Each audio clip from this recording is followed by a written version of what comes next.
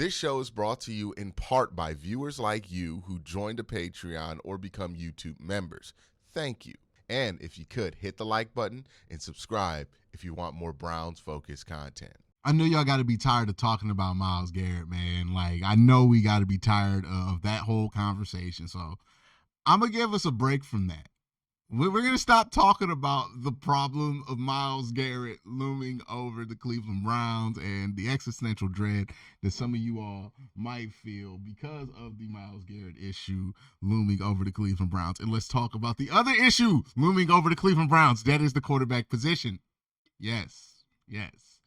But today we're here to talk about a potential solution for the quarterback position. Now, when I say this name, people have about a decade of having spicy takes about this player. I got a history of spicy takes about this player. So when I say the name Kirk Cousins, some of you guys are going to hear me say Kirk Cousins. Wait if I say a good adjective or a bad adjective at the Kirk Cousins, and then write a whole synopsis on how I'm a terrible person because I like or don't like Kirk Cousins. But we got to talk about Kirk Cousins because the longer and longer this process goes on, the more people I talk to, both from the Brown side of things and on the Atlanta side of things, the more it feels like this Kirk Cousins thing to the Browns, it feels like it's going to happen. Now, again, the reaction to that is going to be the reaction to that. Kirk Cousins is a polarizing figure. He, to me, the most average quarterback to have the most polarizing persona. I really don't understand it because he's not a very interesting character. Like, he goes to Kohl's and he wears his friend's chains and people lose their mind about that one way or the other. Here's how I feel about Kirk Cousins. He's Kirk Cousins, which means he ain't never as bad as people say he is. He's never as good as people say he is. Kirk Cousins could go on a run at the beginning of the season for the Browns. You're going to hear people say that he's the greatest quarterback this team's ever had since Bernie Kosar. And that might be de facto true, but that doesn't mean much. And Kirk Cousins can have a bad stretch and we could act like it's worse than Deshaun Watson. Either way, people are going to overreact about Kirk Cousins one way or the other. But the truth is that in the position where the Cleveland Browns are in, Kirk Cousins is kind of what the Browns need, right? The Browns are not a team that are looking for a long-term answer. The Browns are a team that have familiarity with what Kirk Cousins runs. If you're asking yourself what Kirk Cousins wants and what the Browns want, it's about the same thing. It makes sense. Now, the thing with Kirk Cousins you have to answer is what in the hell happened at the end of the season with Kirk? Was this age finally setting in? Was this because of the Achilles injury? What happened at the end of the year? I remember I was talking to my friend. He covers the Atlanta Falcons, Trayshawn Diaz. And he said to me, he did not feel like what happened at the end of the season had much to do with the Achilles. Matter of fact, he felt like what happened at the end of the season was pretty mysterious because it came out of nowhere and it was absolutely not how Kirk Cousins looked at the beginning of the season.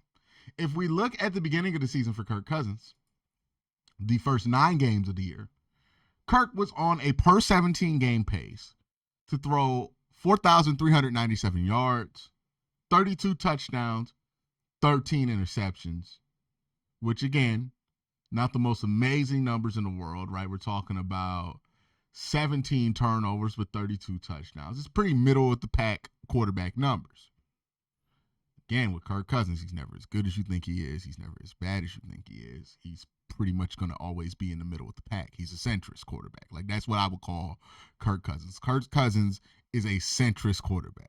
The last 5 games he started for the Atlanta Falcons, Kirk went from being that usual middle of the pack centrist quarterback he's always been, to a quarterback that was on pace for 3 touchdowns and 31 interceptions on a per 17 game basis.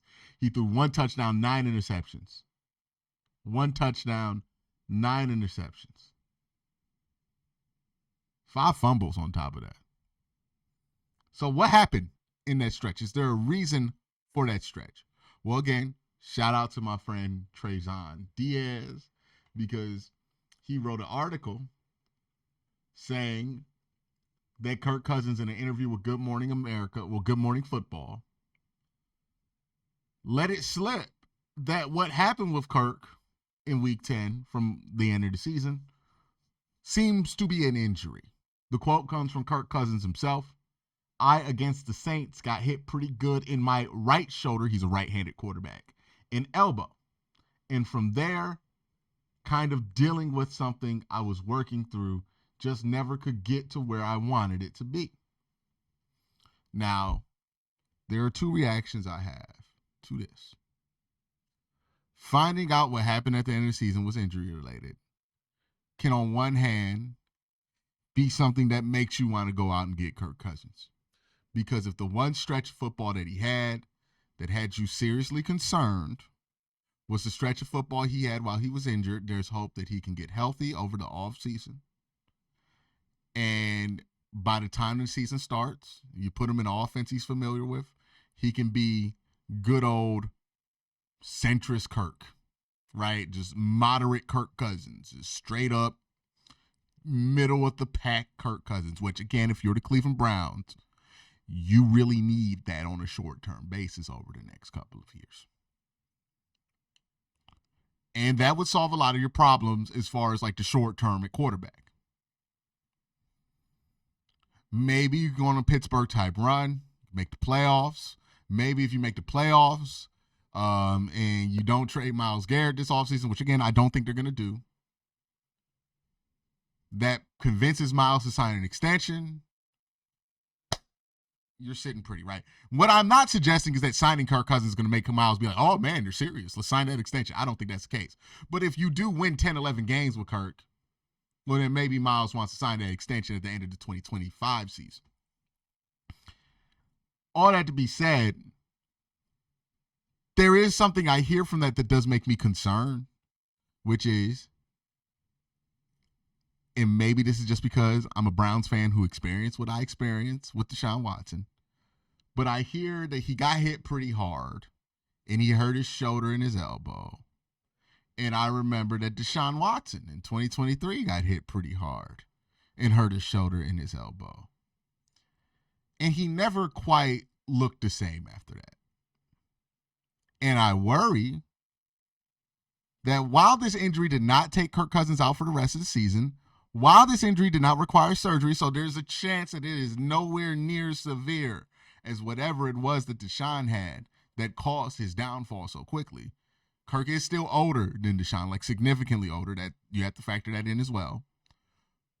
But there is a concern there that, hey, maybe he got something knocked out that he can't really put back. And maybe what he looked like at the end of the season is what he's going to look like post this shoulder injury. There's still a risk there, right? It's all about how you feel about the medical. If you can get this guy on the workout or, get the Falcons to work him out before you trade for him. The other complicating factor with going with Kirk Cousins, who on paper, money-wise, it makes sense. Long-term situation-wise, it makes sense. Familiarity with what you're trying to go back to, it makes sense. A lot of this stuff makes sense with what the position the Browns are in the offseason. Again, I understand there are going to be people who never want Kirk Cousins to be on the Cleveland Browns because they just don't like Kirk Cousins. But I'm just telling you right now, if we're just looking at the most simple solution to a lot of the things that the Browns are looking for an answer to, you keep getting pointed back to the position of Kirk Cousins. Doesn't mean I'm in love with the idea of Kirk Cousins. Doesn't mean that I think Kirk Cousins solves your long-term quarterback questions. And it doesn't even mean that Kirk Cousins is a guarantee to solve your short-term quarterback problems. But you do keep getting pointed back in this direction for a reason, because Kirk Cousins has a history of being a good enough quarterback for the exact type of situation the Cleveland Browns are in. Also, the question, will Kirk Cousins be available? Almost certainly yes, is what I'm hearing when I talk to people close to the Atlanta Falcons situation that cover the Atlanta Falcons situation. They're begging somebody to give them something for it, but they have a $10 million roster bonus due for 2026 that becomes guaranteed March 17th, 2025. So they have to cut Kirk Cousins before March 17th, 2025. Now, I don't know how that works with the post-June 1st cut, right? It might be possible to avoid that so they don't have to do the post-June 1st cut, or I don't know how the post-June 1st cut works when there's a roster bonus due in March, right? I believe you just got to kind of outright cut him instead of doing a post-June 1st designation, because I think the only difference between a post-June 1st designation and a cut is that you're technically allowed, while you're a part of another team until June, to negotiate with other teams and sign a contract, while if you are, so I think you're still on the Falcons past March 17th, so he would get that roster bonus guaranteed. Somebody correct me if I'm wrong on that, but that feels like that's how that works. So Kirk's going to be available in March for the Cleveland Browns to go after. It makes sense. The question for the Cleveland Browns is, how early in this process do you decide that Kirk Cousins is what you're willing to land on? Because you could aim higher than Kirk. You can always aim higher than Kirk. That's also the other issue with Kirk, right? You could try to get Geno Smith, who's better than Kirk right now. You could try to get Matt Stafford, who's better than Kirk. You can try to roll the dice and get Sam Darnold or Justin Fields and hope they can be better than Kirk Cousins. But how early in this whole thing are you willing to commit to Kirk? Like, are you willing to do it at the start of free agency? Because if you want Kirk, you're probably going to have to be willing to do it at the start of free agency. And how sure are you that Kirk's issues were due to an injury that he's recovered from? Because if Kirk Cousins can be who Kirk Cousins has always been, this middle-of-the-road quarterback, well, I mean, that's exactly what the Browns need at this point, because they want to carry this team off the strength of a defense, and also, allow their offensive pieces to thrive within the system. Now, how far that takes you as a team, again, maybe it could be a similar thing to what Pittsburgh did last year. We have to see how this Myles Garrett saga works out, but I don't expect Myles to be traded this offseason. It just doesn't make sense for the Cleveland Browns to do it, and I don't think Myles has enough leverage to force the Browns' hands on this, quite frankly. This can get ugly, but it gets ugly a lot in the NFL, and guys end up playing. It's important to remember the Browns have 2 years of control on the contract plus 2 years on the franchise tag of control that they can flex at Myles, and basically make it so that if he really wants to sit out, he's going to have to retire. It can get that ugly, right? I don't think anybody wants it to get that ugly. I think that they'll figure out something for this year and then see what happens next offseason. But in the meantime, you want a quarterback you can win games with. Kirk is a quarterback you can win games with in the regular season at the very least. You want a quarterback that is good enough that allows your wide receivers to develop. Kirk Cousins is most certainly that.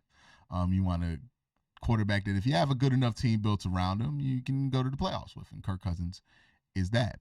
And you want a quarterback who's very familiar with the type of system that Kevin's trying to go back to, and Kirk Cousins is also that.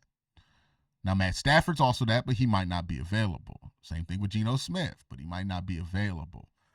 So that's the gamble the Browns end up running if they go after Kirk Cousins, who is, again, old, but I could see him having a Joe Flacco type run with the Cleveland Browns.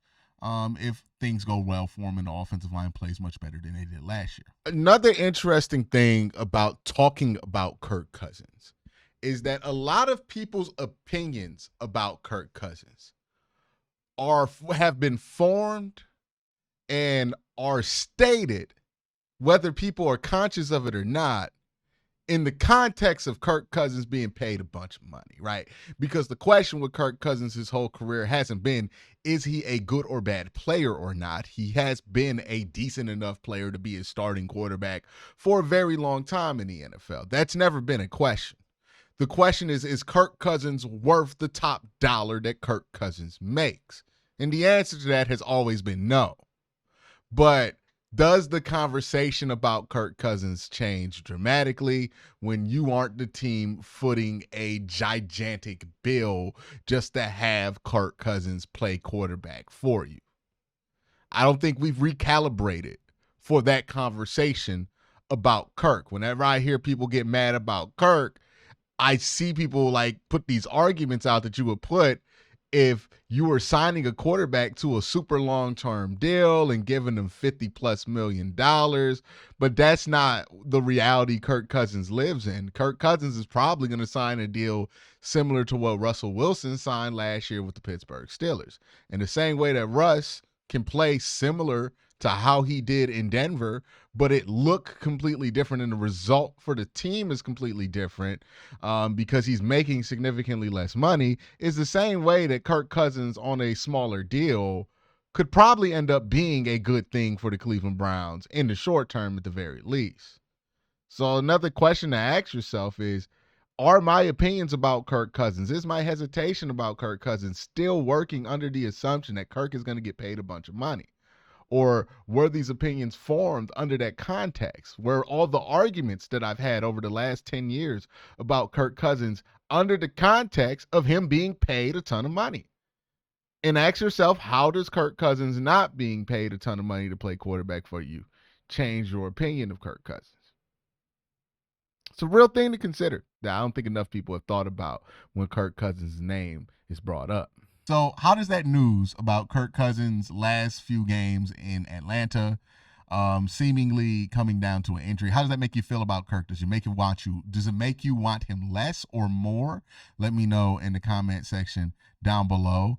And where are you at on the Kirk Cousins meter? Are you with me where you're like, I'm lukewarm on the idea. I understand the value in bringing in Kirk Cousins, but it's not something I'm going to get excited about, right? It's not something I'm going to say is going to be more than what it is.